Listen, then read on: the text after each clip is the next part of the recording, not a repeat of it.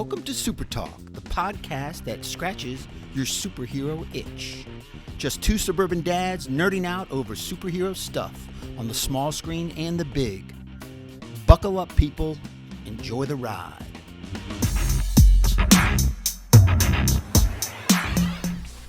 Alrighty. Professor, like a gentleman, you ready? Let's YouTube. go.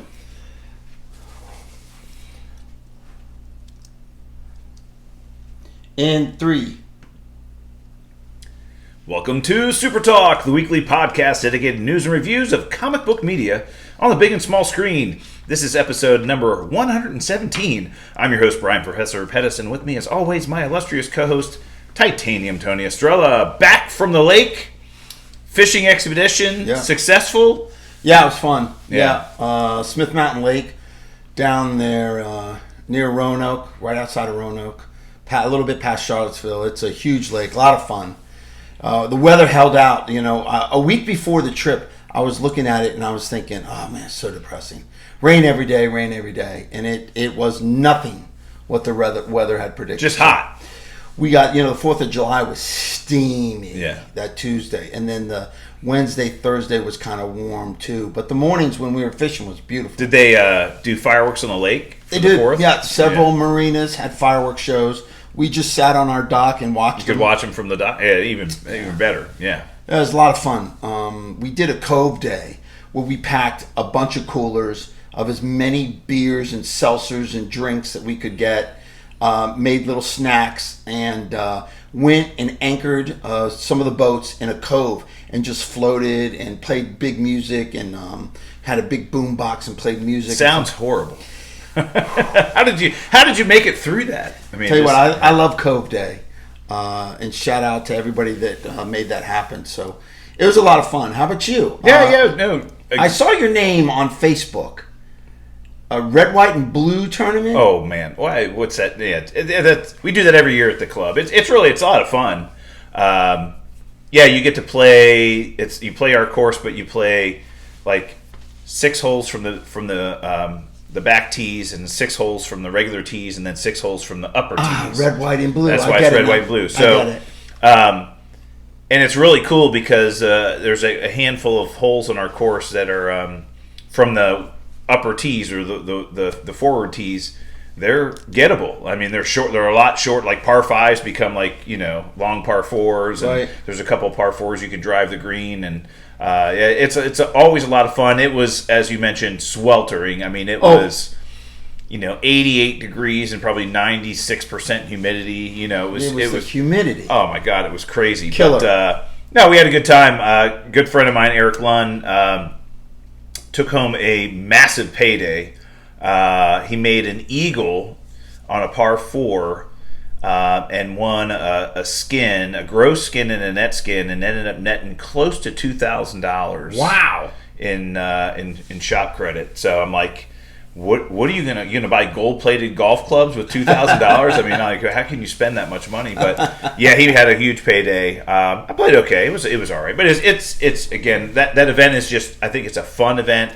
And we have a good group of guys that we play with every year, so it's a lot of it. It's just about spending the holiday with friends and doing some fun stuff. So that's always fun. So yeah, it was awesome. It was a good week. Yeah, absolutely. We took a week off from Super Talk Podcast and kind of regrouped.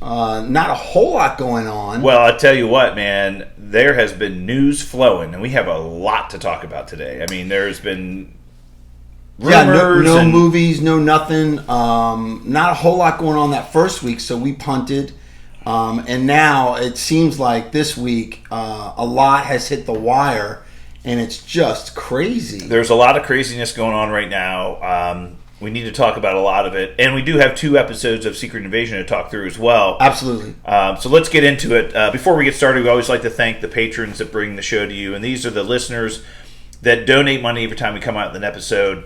It's only $1, people. If you'd like to support the show directly, go to our Patreon page. Patreon.com/SuperTalk is how you become a member. And thank you for those of you out there who support us directly. It's great. We're going to move the review of the 2 Secret Invasions sections from our reviews section down to our topic of the week. We'll cover that in our topic of the week this week. So let's just jump right into the news. it seems like this is a record that will never be broken. And we've said this a million times on our show, Titanium. Until Marvel comes out with an official casting announcement, the casting rumors for the Fantastic Four will continue to happen. This story has continued to get even spicier, and I think one of the things that has made it even more compelling for us as fans is that we were so hopeful that we would be getting this announcement at Comic-Con. Yeah. And that's one of the big news items that we have to talk about this week. Marvel, Sony, Marvel Studios, Marvel Comics will still be there. But Marvel Studios, Sony Pictures, HBO, Prime, I believe, are all punting Comic-Con this year. Unbelievable. All of them. And we were so excited and hopeful for massive Hall H presentations and announcements from all the studios. We know everything that Sony has going on this year and moving into next year. We talked about it in our last episode, the Kraven the Hunter trailer that came out. So they've got a movie to promote. We know Madam Web's coming out later this year. We know they have massive plans for another Spider-Man movie, right? Which will probably fit into that MCU schedule at some point in time. We were really excited about Sony coming forward and kind of talking about what their plans are for the Spider-Verse they're building, a live-action Miles Morales, right. Some animated features they were going to do on top of the Across the Spider-Verse. Nothing from Sony. And then Marvel came out and said, yeah, we're skipping too. And we were hoping for not only kind of a clean slate, a revamp of the MCU kind of schedule for the next few years, given the announcements they made at Comic-Con last year. We were hoping for a updated schedule, which we've seen some of the changes to the dates so far, but nothing really around Disney Plus too much.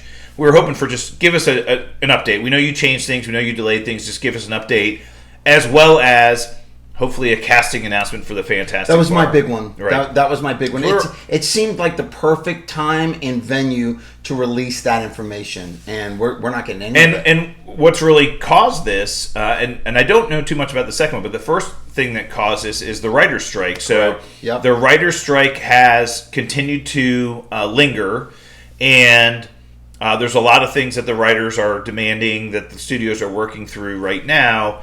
And that is not coming to an end, or hasn't come to an end yet, and we don't know what the foreseeable future is. But that has caused an enormous amount of delays in some of the projects that are in the works right now. And there's this pending actors strike as well by the Screen Actors Guild. I believe their contract expired July 1st, and they're kind of trying to negotiate new terms there. And so even if they were able to cast these actors, the actors wouldn't have been able to come to Comic-Con because of the strike and all. So there's just this uncertainty in the industry right now around these strikes. And I think all the studios are like, look, it's just not worth it for us to invest the time, energy, money to go on stage, make announcements when we can't really bring any of the actors on stage. And look, it's hugely disappointing. And you and I talked about how excited we were to finally get tickets to Comic-Con. And we didn't get our tickets. We were so disappointed. But can you imagine had we finally got tickets to Comic-Con this year, and we had made arrangements to go, and this is what happened? Man, I would have lit someone's ass on fire with a very strongly worded email. You motherfucker, what are you thinking? I mean, I would have been pissed. It's unfortunately, it's extremely disappointing for those fans that really spend so much time and money to get there, booking everything. And they're, you know, now, as you mentioned, most of these studios will have a presence on the show floor. So Marvel Comics and Marvel Studios do plan on having a booth, showing trailers and stuff like that in the booth and talking about the movies to the conference attendees. But there is no massive presentation at Hall H. No big reveal. No actors on site. No actors in cosplay walking around. Right. And unfortunately, I think one of the things that it's just made it too convenient for these studios to do this, because Marvel Studios now has D23 and Disney Plus Day where they can do this stuff in their own venue, in their own schedule. So they're not pressed to do it in Comic-Con anymore. I've always said that. It makes business sense and it makes smart business sense to kind of start to, wean yourself off of Comic-Con when you have D23 and your own, kind of announcement event? Why share all the attention and revenue? I'll tell you why, though. Here's why I tell you why. And this is why I'm a little upset about this, is that Comic-Con was started by and for comic book fans. Mm-hmm. It's the fan and the fan base where they said, we're going to create a conference and bring all of these people together. And that's why it's special, and that's why it's important. Yep.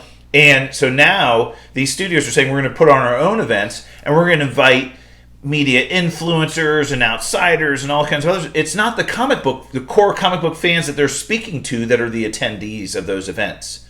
Like, you and I, as SuperTalk podcast people, might get an invitation to something like that. Yeah, don't hold your breath. But as comic book fans, we would not. Correct. That's my point, is that you're now catering to an audience that's not your core fan base, which Comic-Con is. And that's why those Hall H presentations were so awesome, because people would just go over the moon with excitement about what was being announced. Yeah, and the word of mouth and the social reach was far extending. But again, I'm not saying it's right. I don't agree with it. But from a business standpoint, it is absolutely more lucrative to hold your own event. And lucrative, but selfish. Of course it is. Right. When is business so not? Here's the question, Greed Titanium. is good. Have you... the one studio we had not heard from was DC and Warner Brothers. Warner Brothers, correct. And they still have not made any kind of announcement yet. So I guess at this point... So what is the Hall H presentation exactly right now? And if they haven't announced it, I mean, Comic-Con's just a couple of days away, right? The 16th? 15th, 16th, something like that. Something like that. Yeah, I mean, it's a week from now, right? No, a week from, and we haven't heard anything. So here's a great question: if I'm James Gunn, what a glaring opportunity to capture a audience that is just dying for content, and he's got some pretty big announcements to make, which we'll talk about here, but. What a great opportunity for him to just capture this audience and just get all the love in the world for him. He could shine some of the tarnish that the Flash has left on some of the DC fans with this opportunity. Right. And I 100% agree with you, Professor. It's like a lead into the Blue Beetle movie. Correct. It would be a lead into the whole new DCU that he's building and setting up. He should cash out on the Blue Beetle movie. In this event, he should definitely promote it, and it should be the lead. Superman Legacy should also be featured heavily, and if he's smart, he would reveal some nuggets for the fans that show up. I think that would be very smart. We'll see. I mean, and I'm not holding my breath because they're probably under the same pressures that the other studios are under in regards to the strikes, but. I mean, even if it's just James Gunn on stage, like painting his vision, like that video he did that was like 5 minutes long. I mean, even he gets up there for half an hour and just talks about these projects and what he plans on doing. And, and God, throw a couple of graphics behind him. Exactly. Throw a couple of pictures of some actors. And we know that they're working on a couple of animated features. It's like, show some preliminary, It's a huge opportunity. You're absolutely correct. A huge opportunity, and it would be remiss to say...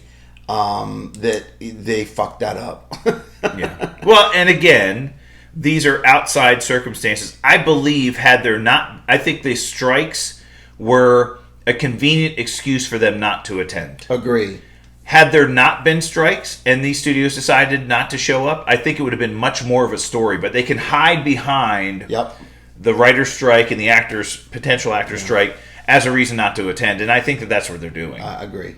Yeah, agree. Just like some of these, and shows hid behind COVID. This time of year for us, there are obviously, a couple weeks ago we were talking about the Flash movie, and in a couple of weeks we're going to be talking about Blue Beetle. There are movies that come out during the summer, in the summer blockbuster season for us as a podcast for you guys. But Comic-Con is one of those things that we look forward to every summer to kind of talk through what we hear. I mean, we did an entire episode on Comic-Con last year because there were so many announcements by all the studios, and it's like kind of disappointing. Yeah. We'll work through it. Yeah. There's plenty of other stuff to talk about, so that'll be fine. But to get back to the original point about Fantastic Four, so a couple of weeks ago we spoke about the potential of Adam Driver, Margot Robbie, kind of losing favor in regards to the castings that were heavily rumored to be. They wanted more true. money. They wanted a shitload of money, and they were demanding upwards of $20 million a picture. And another rumor is, well, I don't want to get into too many rumors, but Emma Stone had been offered the role in the past, and that was a rumor as well. But she said there's not enough money in it, so I think the actors are looking at these big comic book media movies as massive paydays because they saw people like Robert Downey Jr. get successfully paid for these projects, and they're like, "Yeah, I'm a big name actor. You're gonna pay me when I get these roles." And the studios are like, "We can't really afford to do that." I mean, here's a good example. Fantastic Four being a clear and present example. They're going to have a movie. We know that. Highly likely that those characters are going to also be in the Avengers Secret Wars movie, if of course they will be, and maybe featured in other projects. So they're getting paid $20 million for their appearance in the Fantastic Four movie, but then every other time they step on screen, are they going to get how much? That's what they're working through. Yeah. And those two actors, Adam Driver, Margot Robbie specifically, demanded too much money, and the studios were like, "No, we're not doing it." Yeah. And in some ways, I respect Marvel's decision there. And again, insiders have confirmed that the two of them have basically all but been eliminated as candidates. I think Adam Driver potentially is still in the mix for other reasons, but which we'll kind of talk about. But I think they may need to cut bait with one actor or actress to get another one on and those types of things. But the only one. Diggs, the guy from Hamilton, he's the only one that's, I think, still primarily, he's been offered the role as the Thing, and I believe that he's solidly going to be the Thing. Yeah. That's the only one that I've heard has been somewhat confirmed and agreed upon the terms. Right. And we spoke last episode about the woman from Mission Impossible in the new Mission Impossible movie taking on Sue Storm. I believe that is highly likely now going to be happening. But Jodie Comer? No, not her. It was the other one. Okay, the other one. Well, it'll come to me eventually. The other smoke show. Yeah, the other blonde smoke show. But yeah, I think there's rumors now. And unfortunately, we've talked about this. Until an announcement is made, rumors will continue to proliferate. I believe Marvel really, really wants a big name actor to be Reed Richards. That signature role. It used to be. Good. Krasinski. Well, it used to be that Marvel roles could make you famous. Chris Hemsworth, Chris Evans, right? I mean, that's where you came to become a famous actor, was coming to Marvel. And now they're, in the recent years, they've taken some Oscar-winning actors and actresses and given them roles in Marvel movies, like Brie Larson and Mahershala Ali. And, they're kind of bringing bigger name actors in. I believe that particular role, they want to be a big name actor.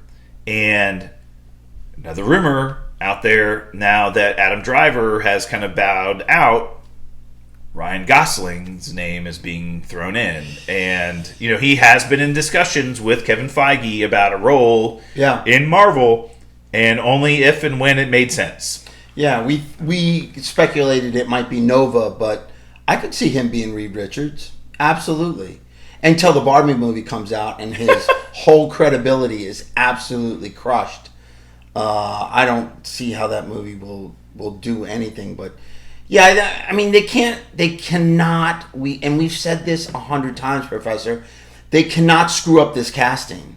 The Marvel's first family is too important.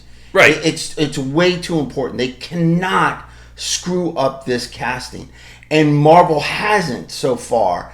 There's some questionable roles for some people here and there, but for the most part, Marvel's been hitting home runs with their casting, and they cannot screw up the Fantastic Four. It's too big. It's too much, and the more they wait, the more pressure is on this movie to kind of get them back to their glory days. So it's a huge. Vanessa Kirby is the actress, by the way. There you go. Yeah, so she's the one I believe is now, and from what we hear, Matt Shackman, who's the director, that was his first choice, was her, and now that they can't get Margot Robbie, she is likely going to be the Invisible Woman. But again, we were hoping in about a week and a half we were going to get this announcement, and highly likely that's not going to happen now. So rumors will continue until the facts hit the wire. And do we think that they're going to wait until D23 to make that announcement? Maybe. Yeah. I would be, with all these pushbacks, they probably could. and there's no harm in doing that. No. But I would be very pleasantly surprised if they chose to make an announcement outside of that, and that would earlier. Which an official announcement, but it'll leak. It'll leak. Oh, the leaks will happen. Yeah. But again, until we get an official announcement, it'll just be a rumor, right? Correct. Another rumor that I'm super excited about, and we need to talk about how and why this could happen, but so Captain America 4, which is now not called New World Order, it's called the Brave New World. Brave New World. Uh-huh. It has been filming, just recently wrapped filming, by the way, and they've completed primary principal photography. Was filming here in Washington, D.C., and Robert Downey Jr. was spotted driving fancy sport cars in and around the filming set in Washington, D.C. Mm-hmm. So, question is, what is Robert Downey Jr. doing filming scenes for Captain America 4? And why would Robert Downey Jr. be filming scenes for Captain America 4? I think you and I have got our theories, but huge news for him to come back in any capacity, even if it's for a small cameo. We know he's dead. He's obviously dead in this iteration of the MCU, other than a possible multiverse incursion, all kinds of other things, but we don't believe that that's going to be a big plot point of this movie. Why would he be back? Two things. My two theories are, one is very simple. He was filming a supercar show, and they used part of that production. This is another... So he has a show on HBO Max, I believe, called Downey's Supercars. Yes. And the premise behind that television show is all of his high-priced vehicles that he has purchased over the years, is giving to a team of engineers to retrofit and become eco-friendly vehicles. Correct. And so the rumor is that potentially he was filming an episode of that show, which, by the way, season 1 is fully out and done, and the only reason they would be filming a new episode would be for season 2. But the rumor is that he was filming that show in and around the set of Captain America 4 was just a coincidence. Or a cross-promotion of his show and a Captain America type of cross-promotion between Marvel and his show. Possibility. Second is he is on set filming scenes for Captain America 4 as a Skrull. Ooh. Okay, so that was not where I was going with this. Okay. That is huge. So as a Skrull, or... which we'll talk about when we talk about Secret Invasion. So he's back as a Skrull? Or did the version that died, was he a Skrull? The version that died didn't turn into Wouldn't that a Skrull. Usually when they die, they turn back into... So I don't think that was the thing. I wasn't going there with it. I have another theory. I have a theory. Go. What's My your theory is that it's a flashback scene. Okay. We know that William Hurt, who played Thunderbolt Ross in the MCU until he passed away recently, was in several movies. Was in The Incredible Hulk. Was in Civil War. Was in Black Widow. Several movies. He played a ton of movies. Yeah. General Thunderbolt Ross. Ultimately, the Secretary of State or Secretary of Defense, right?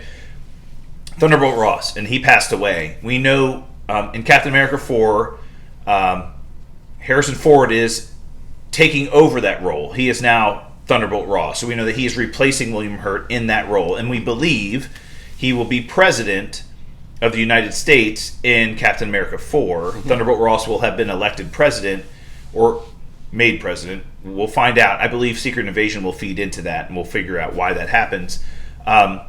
I believe it's a cameo, and it's a flashback establishing a relationship between Tony Stark, or extending the relationship of Tony Stark and Thunderbolt Ross, which they had in the post-credit scene to the Incredible Hulk. The two of them meeting together just to kind of build some history between Thunderbolt Ross and Iron Man / Tony Stark as Harrison Ford. So saying, oh, well, they interacted in the past, and here's some things that they did and talked about, and plans that they had, and maybe it was filming scenes as a flashback. And I believe it's a flashback scene. Awesome. What was your other theory? A hologram. He could be an AI system that's driving cars around. Which we're hoping is going to happen at some point in time in the future. Armor Wars would be great. But yeah, the fact that he was... Either a cross-promotion between him and his show, or a flashback scene would make more sense. But if he's in the movie, even in a flashback scene, that would be... It would really help the movie and push the movie. Oh, for sure. Because I think the Red Hulk, to be honest with you, I'm more excited to see the Red Hulk than the new Captain America and the new Falcon. I really am. I think the MCU has almost destroyed the Hulk as we know and love him. And I think they have made him too soft. Made him too soft. Professor Hulk came on too strong. He's actually shrunken. He's gotten littler. He's like, what, 7'2" now? 7 feet? I mean, I think the Hulk we saw in the Incredible Hulk movie... that's my Hulk. Yeah. Yeah. Yeah. In that movie, and I'd say in the first Avengers movie... Agreed. Were perfect. Uncontrollable, furious rage. Even I was okay with the... can sometimes get along with the other Avengers, and Thor and him can kind of have little fights and stuff like that. Right. But still, this uncontrollable rage beast is, that could, bring down a helicarrier. Right. That's what you think about, right. with the Hulk. And I agree with you. What they did in Ragnarok, what they ultimately then did with Professor Hulk in not really Infinity War, but Endgame, kind of went too far in the other direction. Even Thanos She-Hulk. Kicking his ass. Even Thor kicking his ass in Ragnarok. Yeah. Yeah. Yeah.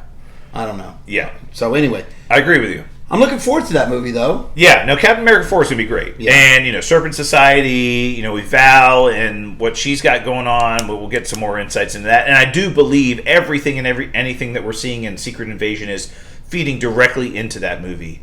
That and the Marvels, potentially, which we'll kind of figure out, I think, hopefully, eventually. Yeah, maybe gloss over. Yeah. Wow.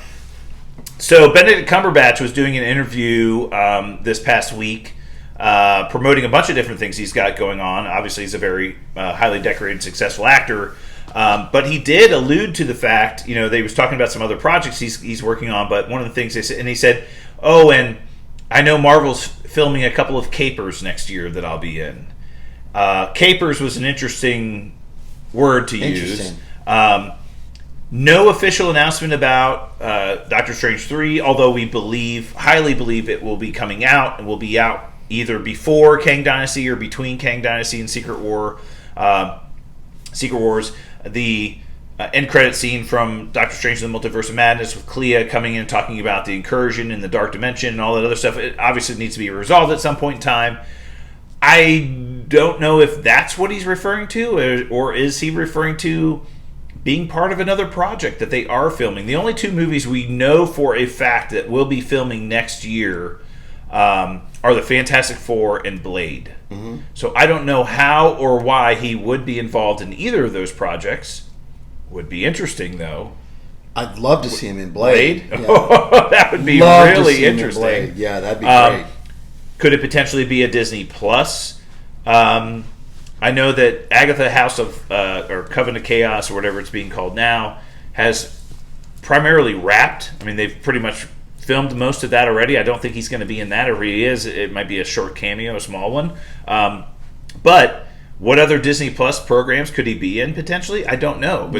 But the fact that he's saying I'm filming for Marvel next year is a big deal. Yeah, and we just don't know what it is. Encouraging the shit. Yeah. Yeah. I like it a lot. No. I mean, and his character is extremely important. And you and I have talked about this many times in previous episodes of this concept of kind of the dark side of the MCU, right? Doing a Midnight Suns or Marvel Knights or whatever, that kind of side of the MCU where you're supernatural kind of horror. They put their Werewolf by Night. They put their finger in it with Werewolf by Night and Moon Knight. And Moon Knight, absolutely. And looking back, I just watched an episode of Moon Knight because I wanted to see something in Moon Knight, and I watched an episode back, and that show was better than I remembered. So good. That show is better than I remembered.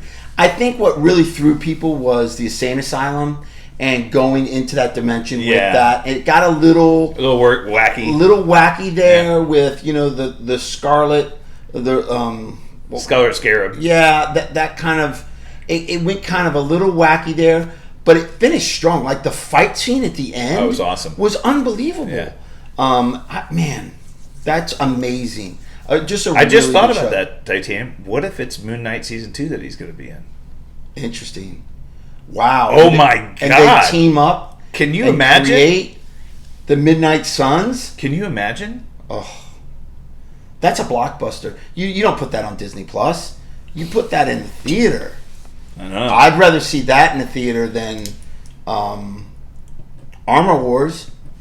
I'd rather see a Midnight Suns than Armor Wars. I know. There you go. Wow, anyway, but the fact that he said he's filming something next year is encouraging. So we'll kind of see what's happening there. If he is in Moon Knight season 2, I'm going to pull up this episode and take clips of it. Here we go. You called it. The professor called it. Going deep. That would be very cool. I do think that is a. We've heard Kevin Feige speak about this, and we know that he's really kind of mapped out the next 10 to 12 years in the MCU. Already, but I do believe what he's talked about, kind of the street level heroes like Spider-Man and Daredevil and kind of those kind of people, obviously street level. Then he's talked about the cosmic, the Guardians and all the cosmic Ms. level, Marvel, right? Exactly. And then I do believe that dark side or the Marvel Midnight Suns, it would be huge. Well, again, by Night, Moon Knight, Blade, right? Ghost Rider eventually. Oh, wow. That would be so cool. That would be great. And again, these writer strikes and delays just make all this stuff, pop down another year or two on the schedule. It's like so depressing. But anyway. We'll be patient. One of the things we are highly encouraged about, Titanium, I mean, these news items have been coming up everywhere. It's looking like Deadpool 3 is going to be the cameo movie of cameo movies. There are so many people now being rumored to be in this movie as a cameo. And are they pulling the Flash though? Or I hope it's well done. No, because the Flash did it in 5 minutes with that little kind of globe thing that was spinning around. I believe these people are going to be in the movie in real scenes. Wow. We've always said, look, we know the TVA is involved. We know Miss Minutes, and we know Mobius is going to be in the movie. We know they're in the movie, so the TVA knows what's happening with him popping around to different multiverses and different timelines and all kinds of other stuff. I think it was Cable's time machine that alerted them to what he was all about. So we know that's happening. Yeah. And we know him and Hugh Jackman obviously are the big part of the movie, but we believe that there was a run in the comic books. Deadpool kills the Marvel Universe, right? Where he goes off and just starts killing off a bunch of different Marvel characters. We believe that they're pulling from that a little bit for the plot of this movie, and Deadpool kills the Fox cinematic universe, right? So X-Men, Fantastic Four, Daredevil, right? So now the cameos, the people that are rumored to be in this movie now is insane and highly confirmed because of people seeing them on set. These are people that they're being seen filming scenes on set now. So this is crazy. So we saw, I think last episode we talked about Halle Berry had basically posted a picture on Instagram with her and her Storm haircut with the short, white hair. We're like, okay, that's cool as crap. So that version of the X-Men to some extent is going to be in somewhere. And I don't know if Richard Madsen and all the other people that were part of that original X-Men cast are going to be in it. However, Richard Madden. Right. Right? But the one that came out here recently, I mean, I'm kind of excited about the fact that we now have Jennifer Garner spotted on set. Yeah. We know who she played, Yep. Electra. Ben Affleck, too. So Ben Electra. Affleck, we had already said Ben Affleck was rumored to be in as Daredevil. Mm-hmm. You know, her ex-husband, funny enough, they have children together. But she has now been spotted on set for Deadpool 3 as Electra. So we had Electra and Daredevil. So Ben Affleck's version of Daredevil and Electra from his run, his movies.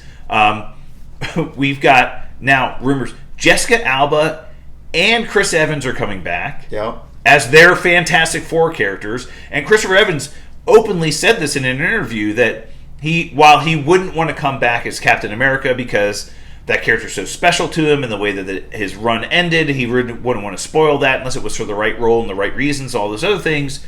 This is a completely different character, completely different reason for him to come back. And he said, that would be kind of fun. Yeah. He said that would be fun. That would be interesting. And it is now heavily rumored that version of the Fantastic Four is coming back for this movie. So again, all these 20th Century Fox versions of Marvel characters. Rumor that Patrick Stewart is going to show up in this movie. Oh no, I wouldn't doubt it. You know, this is going to be. I mean, it's going to be the cameo of cameos. There's also James Marsden. That's the one who played Cyclops. Richard Madden's the guy who played Icarus. Oh, that's right. Yep. Yep. Mm-hmm. James Marsden. But yeah, I mean, could be brothers. Yeah, they could be. They look very similar. But yeah, we have that whole original X-Men team that Wolverine was a part of, obviously. But man, it's looking like they're shooting for the stars. They are swinging for the fences for this movie. And can you imagine being in that theater, seeing all those original Fox actors and actresses and characters showing up? Just like what The Flash did, fan service would be off the fucking charts. Oh my God. Off the charts. Oh my God. But this is, I mean, so Ryan Reynolds. Yeah. And obviously we saw some, you sent those to me. We got pictures of Ryan Reynolds in his new Deadpool costume. Yep. Very similar to his old costume, but a few tweaks there. I mean, this movie is full bore, full steam ahead in filming. And it's a multiverse movie. Oh, I mean, there's going to be all kinds of different characters from different timelines. It's going to be tremendous. I am so excited for this movie now. The fact that they're filming it is what's really exciting. That it's actually moving forward. Oh, and the actor that plays Dopinder, the Indian actor, can't remember his name, plays the Brown Panther. Easy Brown Panther. He came out and said, look, this is a hard R movie. Yeah. Like, they are not pulling any punches. And so we feel that what's happening is Deadpool and Wolverine are going to these different universes and different iterations of the Fox universe and killing off these characters, which is why the TVA is chasing them. And can you imagine, like, the horrific deaths that are going to happen on screen? Oh my gosh. This is going to be something. Oh, this is a movie that's on the schedule that I cannot wait to see. Yeah. Again, Marvel's first, is it going to be their first rated R movie? Because it'll come out before Blade. We know Blade's going to be rated R as well, but it'll be Marvel's. Yeah, I can't think of another. The first Marvel Studios rated R movie, right? Right. Well, Craven's rated R, but that's Marvel Studios. That's Sony. It's Sony, right. So, yeah, I think this is Marvel's first. Yeah, I cannot wait. I mean, and again, all these cameos just make it even better. I mean, it's going to be so fun. All right, so that's we'll stay tuned to that, and obviously they're filming right now, so more set photos will leak, and we'll see a lot more of this. But man, it's going to be a lot of fun. We do expect, speaking of the Marvels, we do expect that a full trailer for that movie will come out before the end of Secret Invasion. I do believe Marvel had plans to show that full trailer at Comic-Con, and it's in the can, it's ready to go. And since they're not going to Comic-Con now, this kind of lines up with the end of Secret Invasion on Disney Plus, and likely that will drop around that time that the finale for Secret Invasion. They'll use it as a way to promote Secret Invasion. So I do believe we're going to get again, the teaser that we got not long ago was a teaser trailer. It wasn't a full trailer. This will be the full. Go online, see the full minute trailer if you want to see it, and we'll get a little bit more idea about the plot of the movie and what's going on. Again, so we won't talk about Secret Invasion. I won't talk about Secret Invasion. I have a few things about it, but remind me to tell you something that I heard about Secret Invasion. When we talk about Secret Invasion? When we talk about Secret Invasion. I will remind you. Thank you. But yeah, we should get a Marvel's trailer, full Marvel's trailer here before too long. I mean, that movie's coming out in October, right? October or November? I'll tell you something. November. I'm looking forward to seeing the full trailer because my excitement level right now is dialed at a maybe two excitement level, which is nothing. So other than following Brie Larson on Instagram. Wow. Okay. I won't even get into that, but she's gorgeous. She's a smoke show. Anyway, besides that, this movie on my excitement level is really toned down. So Me too. A full trailer. Me too. It really needs to lock people in and get people excited for this. And I'm hoping a full trailer will, because to be honest with you, that's the only Marvel movie we have this year. Until May of next year. Until May of next year. May of next year. Yeah. So that's going to satiate us for 6 months. I'm really hoping this trailer knocks my socks off. Yeah, and again, talk about, which we'll get into Secret Invasion here shortly, but I mean, does Nick Fury have like the largest set of plot armor ever? You know, we know nothing's going to happen to him because he's in that movie. Right. He's in that movie. So, you know. Is that the real Nick Fury then? Oh, yeah, exactly. I guess that's the only question. All right, so let's, one last thing. We had a huge announcement from James Gunn. Not surprising, and I love James Gunn. I do. And what he did with Guardians 3 was special, and what he did with Peacemaker was special, and I believe DC is in great hands going forward with him at the helm. And as much as we've talked about this before, casting rumors and all these other things, there were rumors about who's going to be in Superman Legacy and all this other stuff. And before the rumors even were able to start, he just came out and made the announcement. Yeah. He's like, here it is. So we do have our new Superman. It's David Cornsweet. And Rachel Brosnahan has been cast as Lois Lane. Huge announcement. Came out. Great actors. Great actors. Somewhat unknown. But fit the bill. I mean, Rachel Brosnahan's been a highly decorated, successful, the marvelous Miss Maisel. Yeah, she's won multiple Emmys and stuff like that. So she's very well known, but not a broad. Oh no, not like a mainstream actress. But great actress. Yeah, fantastic. And he could be the younger brother of. Oh, he looks exactly like Henry Cavill. Henry. He looks exactly like Henry Cavill. Younger, like 10 years younger, right? Yeah. He looks, and he fits the bill. He's 28, 29 years old. Yeah. So he's much younger. And James Gunn has said that Superman in Superman Legacy will be his age, which is about 29. So he's in his late 20s, Superman in that movie, which is very interesting, which is great. Yeah. I'm super excited for this. But yeah, he just came out and made the announcement, which is great. So that's great. And he's at the helm of that project. He's written it, and he's also directing that movie. As you can imagine, being the first mainstream motion picture from his new DCU, he's all in on it. I mean, you know how James Gunn goes, too. When he's in, he's all in. Yeah. And I have high hopes for that movie. Yeah. I think that movie's going to kick major ass. He's put so much pressure on himself for that. Of course. And he's touted and made public comments about how there's no superhero fatigue. There's just bad stories and bad writing. I love it. And I love James Gunn. So he's come out publicly and said that. And to do that and not have something in the quill to really just pierce people in the heart and get them emotionally involved in this movie. This is the movie out of the bat. This is his statement that he's making and will set the tone for the future of what his chapter, Gods versus Monsters chapters will be. And we don't know too much about the plot of that movie. We don't know who the villain's going to be. Nope. It makes a ton of sense. If Lex Luthor Paul H. maybe? Maybe. But if Lex Luthor is not the main villain, they will establish Lex Luthor in that movie as an antagonist, and to some extent, whether it's behind the scenes, kind of knowing what's going on but not doing anything, and whether there's a million Superman villains that they've never used in any movie, like somebody like Brainiac would be a huge one for them to use, but. Wow, I mean, I'm super looking forward to this. Me too. And you're right, though, Titanium. We talked about this when we reviewed Guardians 3. Such a good story, so well written, such great development of a villain, and just the interpersonal reactions between all of the characters were spot on. And I agree with his statement. Write good scripts, cast good actors and actresses, make the story compelling to the audience, and they'll go see it. No question.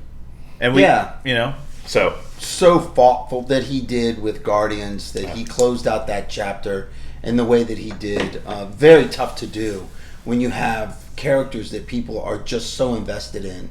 And I thought he did a really good job. Yeah, and I mean, there's even other rumors out there now that you saw the tagline at the end of the post-credit scene that the infamous Star-Lord will return, or whatever, right? And so there's now a rumor that potentially he may be getting his own Disney Plus series or something, that Star-Lord will have his own kind of thing. Legendary Star-Lord. Uh-huh. Yeah. So we may see something that's just Star-Lord, which would be great too. More Chris Pratt, please. Yeah. I mean, I love that guy, so. He obviously they hit a home run with casting him too, so. All right, let's get into our topic of the week this week, brought to us by our friends, Studio GG Studios, home of the main band, Corn on the Cob. Go! What's up, boys? And you spent some time with Tiny Tim here this last week, right? So. Oh yeah, Tiny Tim. He actually won our fishing tournament down there at the lake. Tiny Tim. He pulled a monster out of that lake, and we have a trophy and a jacket. Oh, really? A bass fishing jacket, a light blue jacket, and a trophy. And every winner every year signs the back of it and puts the pound of the fish. Wow. So it's on his mantle right now until next year. Way to go, Tiny Tim. Yeah, absolutely. All right, well, our topic of the week this week is our reviews of episodes 2 and 3 of Secret Invasion. Since we skipped an episode last week for the holiday, we'll go through them real quick. Your thoughts on Secret Invasion? So here's what we know. It's not doing well. Yeah. Not many people are watching it. From what we understand, it's not doing well on Disney Plus. It is not one of their better, most watched series. Which leads me to believe, which brings me to what I wanted to tell you before. Okay, so this is what I heard. Okay. So a lot of people that I know, I've asked about Secret Invasion. You guys just aren't interested in that? You aren't interested in that? Some of the ladies say the lizards throw me off. I'm like, okay, I get that. The lizards. I get that. And the other half say, I'm going to wait till it goes all the way so I can binge it. And I said, interesting. That's weird. People, especially the younger kids, they don't like waiting every week. They don't like waiting every week. They'd rather blow it off, forget about it, and then binge it once the whole series has dropped. Yeah, and I kind of like what Netflix has done recently. So they used to drop 13 episode seasons, just drop it, and all 13 episodes are out at one time. Like when we watched, the first season of Daredevil or the first season of Iron Fist, where 13 episodes, Luke Cage, you just drop them, they're all out. Yeah. Recently, what they've done with their series, instead of doing it serially, where they're going to release an episode every week, they drop the first half, which way they have done recently. They did that with Witcher Season 3 just came out, so they dropped the first half of Witcher Season 3, and then a month later, they're going to drop the second half of the season. So they did 6 episodes, and they're going to drop the next 6 episodes a month later. They just had another series came out, The Lincoln Lawyer, Season 2. They dropped the first half right now, and the next half will come out next month. I think that is good enough that if people want to binge 5 or 6 episodes, great, and then they have to wait. Yeah. You'll have a mid-season kind of finale, and you're like, oh, what's going to happen? I have to wait a month. That's kind of cool. I agree with you. I think this generation's so used to binging stuff, after the fact, or, I'm going to go back and watch Dark Mirror or whatever. Yeah. I'm just going to watch them all, whatever. Yeah. I agree with you that this culture is. Here's what and you asked me what my impression of it is. I think one of the better casts that Marvel has ever had in a Disney Plus series. Overall, I see from top to bottom, the cast is really good. Mm-hmm. Samuel L. Jackson's amazing. He's fantastic. Yep. I think Talos Mendelsohn is awesome. Mm-hmm. He's incredible. He's a great actor, and he plays that role really well. Yeah. I think Gaia's really well cast. I think so. Really good. I think the good, and we've got who plays Falsworth, the British actress. She's incredibly famous. Yeah. And she, but I think the cast is phenomenal. Yeah. I think the story is good so far. Has been a little slow. Mm-hmm. Which has been a criticism of some of these serial series before. I kind of waiting for the other shoe to drop, kind of thing. I'm like, can we just tell us what's going on already? Yeah. And we're halfway through now, so spy thriller. Yeah. Yeah. I think Nick Fury and Talos, that relationship is unbelievable. And they set that relationship up and they built that arc between those two, and I thought they did a brilliant job. From the original Captain Marvel movie, yes. and then ultimately in Spider-Man yes. Far From Home. It's probably one of the greater relationships that Marvel has kind of fostered and kind of nurtured into becoming really special on screen. And remind me, when we'll go through the episodes real quick and talk about it, but remind me at the end, I want to ask you a question that has come to mind for me that I want to get your opinion on. Okay. About something that potentially might be going on that we may or may not be aware of at the moment. So first, episode 2. So this was like the aftermath of episode 1. Maria Hill had died at the end of episode 1. Huge death. So Huge. Sorry, Colby Smulders, Smoke Show, you're dead, unfortunately. I love what was it? The Marvel released one of their shorts on TikTok and YouTube of the cast reacts to episode 1, and Colby Smulders gets on there. She goes, "What the?" It was great. So that was great. But they're dealing with that the aftermath of the botched kind of attack that the Skrulls had, and they blew up that square in Russia. And they're escaping. Talos and Nick Fury are escaping Russia. We find out that Nick had been using... there was a scene early in the episode of Nick Fury back after the Captain Marvel movie in his younger days, basically talking to all of the Skrulls that had remained and said, I can protect you, I can find you a new home, but in exchange, I need you to come work for me. And it was all that group of Skrulls that left over at the end of the Captain Marvel movie, that he was going to help them find a new home, but in exchange they were going to become his spy network. Well, yeah, Captain Marvel also was looking for a home for him, and in the meantime, he was going to take care of them. I mean, they don't have jobs, they don't have identities, they don't have license. They have the look of some people that they've kind of taken over, but they don't have money, they don't have any of that. So he's going to kind of take care of them. And they're going to work for him. And they're going to work for him and become super spies. Yeah, and we find out in the next episode that his success in S.H.I.E.L.D. was largely built... He rose up through the ranks and became the director of S.H.I.E.L.D. largely because of this Skrull spy network that he had at his disposal. And the information that he got from them, I mean, they were saying that they got, the information that led to the hit in that the Black Widow put on Dreykov's daughter was all because of Skrull intel, right? We found all this stuff as incredible insight. But in their escape from Russia and their train ride away from Russia, Talos reveals that all of the other Skrulls that were out there in space without a home world, they'd sent the signal out to them to have them come to Earth, and that there were now 1 million Skrulls living on Earth. Yeah. And Nick Fury was like, what? Yeah. Like, I thought there was like 30 of you. Right. And now all of a sudden I find out there's 1 million of you living here. It's a lot. Yeah.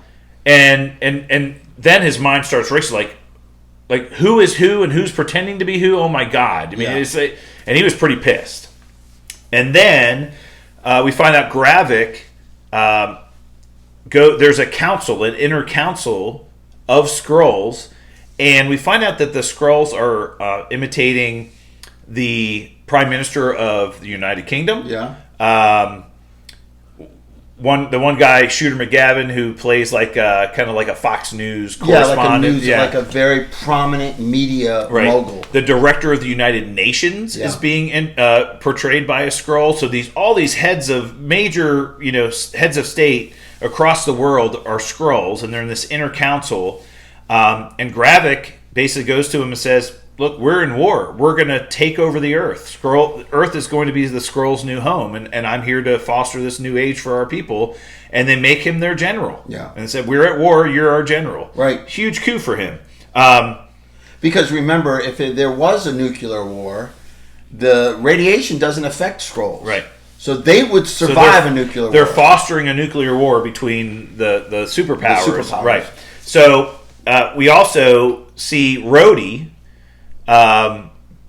comes to town, and it's a meeting that we'd seen from the trailers where he's having kind of a lunch or a drink with Nick Fury, and he confronts him and says, "What happened in Russia? You botched this mission, and Maria Hill's dead, and it's your fault, your responsibility," and basically fires him. Yeah. Says, I'm here, and Nick Fury was playing not basically did. Yeah, Nick Fury is playing the card of like, what are you doing, Rhodey? How, do you know what's happening? These Skrulls could be imitating anybody. How well do you know your security detail? And he's like, well, I've been aware of the Skrull thing for about 10 years now. He's talking about he said I was part of a secret kind of we saw some landings around the world and we kind of knew what was going on. He's like, oh, I didn't know you knew all that. But Nick Fury's like, they could be anybody. Who do you trust? Right. And he was also telling him like, look, we got to look out for each other. And Rhodey's like, you botched it, you screwed up, and I'm here to fire you. I thought it was weird that he called him Nick, though. He usually calls him Fury. I thought that was weird. Nobody calls me Suspicious. Nick. Yeah, right. Right. So that scene right there, that scene produced probably one of the greatest lines in Marvel history. That scene right there. And it was laid out by Nick Fury. Which was? Even when I'm out, I'm in. Yeah. That was awesome. That was his last words to Rhodey when he walked out. Yeah. Samuel Jackson kicked he's ass awesome. in that scene. He's awesome. Yeah. And then during the attack in the square in Russia, in Moscow, one of the Skrulls was captured, and that was part of their plot. Because he kept saying, I'm an American, I'm an American, I'm American. Remember, their plot was to blame it on this rogue group of Americans who were against American Russia. freedom fighter, yeah. Yeah. And so he had been captured, and Falsworth, the British MI6 director, I think she is, she interrogates him in some Russian prison, or I guess it was a meat butcher locker. shop. It was a meat locker in Russia. But she interrogates him. An interesting interrogation tactics. First, she cuts off his finger, which the finger turns into a Skrull finger when she cuts it off. She's like, well, now that we know that you're a Skrull, let's get to the questions. And she injects him with a serum that boils his blood at like 140 degrees or something, 200 degrees or whatever. Once your blood starts boiling, you're going to start talking really quickly, which was so interesting. And she's a badass. I mean, she was awesome. But he reveals that the Skrulls are building a machine, and it's a machine that's going to take their race to the next level of evolution. And then a following scene, we see Gaia follow some people down into kind of the bowels of this nuclear reactor, abandoned nuclear reactor they're living. And she finds the machine. And there's a couple of human doctors who are running this DNA research and helping them build this machine. And she's like, what is this for? Right? So that was really interesting as well, the finding the machine aspect of things. But the end of the second episode was the big reveal. Nick Fury goes back home to his house, walks in, and we see a woman who is actually a Skrull cooking dinner. Yeah.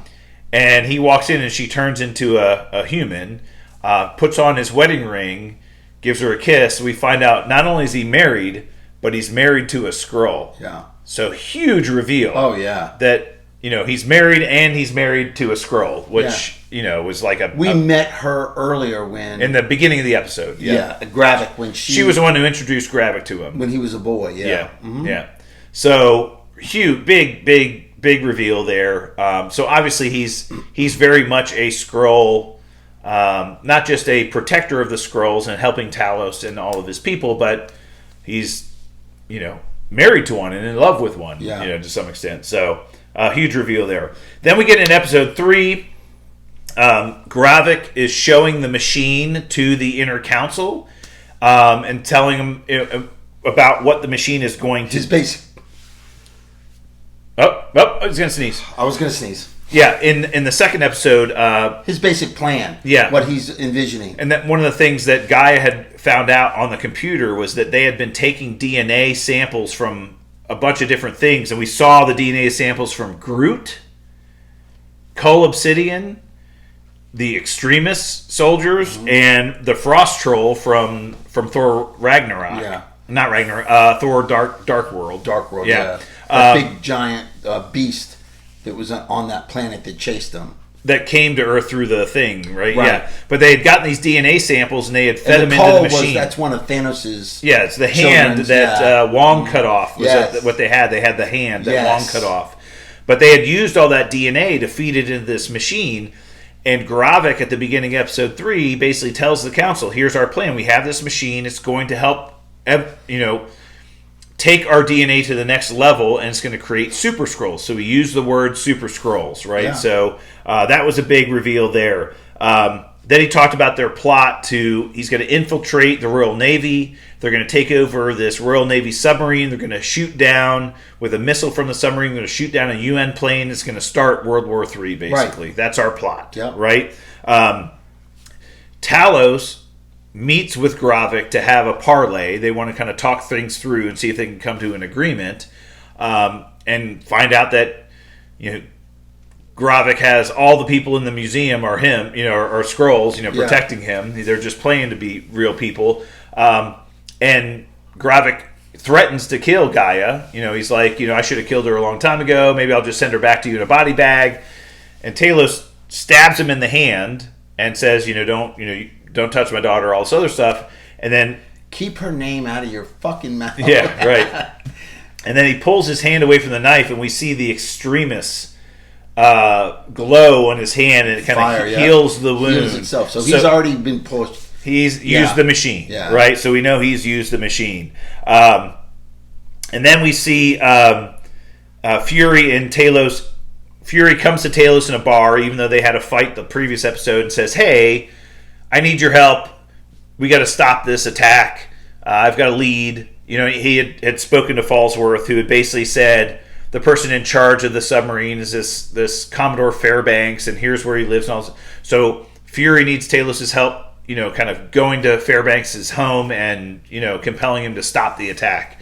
We find out that Fairbanks is being portrayed by a Skrull, and his entire security details all Skrulls as well. Talos ends up killing Fairbanks and doesn't have the code word to stop the attack, but ends up calling Gaia, and she's able to get the code word to him by looking up the memories. They find Commodore in one of those like little machines. She gets the code word and gives it to Talos, who ends up stopping the attack. So the attack is thwarted, and then he's like, tells Gaia, you got to run, you got to get out of there. They're going to know you're the one who gave it to me. And she's escaping on a motorcycle. Gravik stops her and basically says, hey, the whole reason that we did this entire thing was not to shoot down the plane. It would have been great if we did, but that wasn't the reason we did it. We had to uncover the mole, and we found out it's you. Yeah. And he ends up shooting her. Oof. Shooting her, kills her right there. And then the end scene, which was incredible, is Fury's wife had gotten a phone call earlier in the episode from somebody we don't know who, but Fury was a little dubious. He wasn't sure what was going on there. Well, then she gets sent to a bank with a safe deposit box, opens it up and finds a gun in the safe deposit box, and she makes a phone call, and the voice on the phone is Rhodey telling her, she's like, I need to speak to Gravik, and he's like, you got me. Yeah. You can't speak to gravity. You're talking to me, and it's Rhodey's voice. So is it Rhodey's voice? It's Rhodey's voice. Oh, I didn't pick that up. Oh yeah, that's Rhodey's voice. Oh boy. So it was Rhodey who was on the phone. She made a phone call. The voice said, you need to be at this place at this time and location. And so we think Rhodey's a Skrull. Yes, that was the confirmation that Rhodey's a Skrull. Wow. Is that his voice was the one on the phone speaking to her. So that was the big end of that episode. That's crazy. So one of the popular theories out there, which I kind of picked up on, is that we're seeing multiple versions of Nick Fury in the show.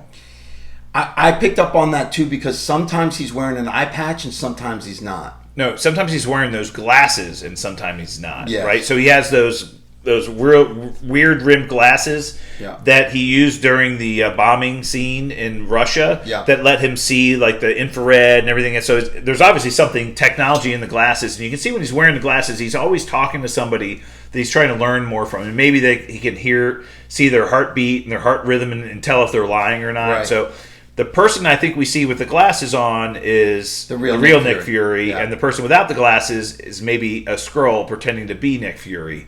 And so there's several scenes, like the scene where they go to Admiral Falsworth's house is the other Nick Fury, and we're like, so again, theory there that we know that Talos's wife is dead, but potential theory that she is still alive and helping Nick Fury, and interesting, could be playing him in certain situations, and so there's multiple Nicks. So nobody calls him Nick, by the way, but there's a theory out there that we're seeing multiple Nick Furies out there. So I would not be surprised. Yeah, you don't know. You have no idea. That's what makes this show so great. There's so many twists and turns, and there's so much espionage, spy stuff going on that you just don't know. And the whole aspect of the Skrulls being able to change and be whoever they want to be is crazy. It's crazy, and that's why it's such a big threat. Is that what you wanted to talk about? Yeah, and they mentioned also that a couple of times they said, well, what happens when the Avengers show up? And that's why Gravik said, well, I've planned for that. Right. Because we're going to get our own superpowers. Right. That's what this machine is for. Right. If the Avengers do show up, we're going to have our own superpowers. Huge ending with Gaia being shot. But we know she's still in the series because we've seen trailers of her still in it. Well, I mean, it's quite obvious that she's used the machine. And she's got extremist powers. She's got we'll see at the beginning of the episode. But they don't know that. Will be a flashback of her using the machine. Yeah. And giving herself the powers, and then he shoots her, and we see her lying on the ground with a bullet wound, and also the bullet wound will heal, and then she'll get up on the motorcycle and leave. Yeah. And so I think that's what's going to happen too. Yeah. So good. Yeah. I like this show a lot. I think it's smart. I don't know why it's not doing as well. It has, I think, the third lowest views out of any Marvel Disney Plus show. Obviously, Miss Marvel was number one at the bottom of the barrel. But this show has got the third lowest views, and I'm not sure why. Because I really think it's smart, it's adult, and the only thing I can think of is that people are waiting for it to completely launch and then binge it. Yeah, I do believe it has been a little slow, and I do believe, they've used these first 3 episodes to kind of, set up the threat. What is the threat? How big is the threat? How real is the threat? Now we know there's 1 million Skrulls on Earth portraying some major heads of state and people in huge levels of influence across the world. They have this massive plot to take over the Earth by creating World War III amongst these superpowers, and we don't know who's a Skrull and who's not. That's where we are right now. And eventually, we're going to get to the point where Fury has to basically decide, hey, we need to take some action here. So, well, episode 4, episode 6, typically in Disney Plus shows are pretty big episodes. So we got episode 4 this week. It'll be a big one, I think so. Excellent, Professor. Thank you, sir. The bell has rung. School's over. Well, that's it for us this week. We'll be back next week for more Super Talk. To get in touch with us on social media, hit us up via email, supertalkpodcast@outlook.com or @supertalkpod on Twitter. Until then, stay super, everyone. And we are out. We are out.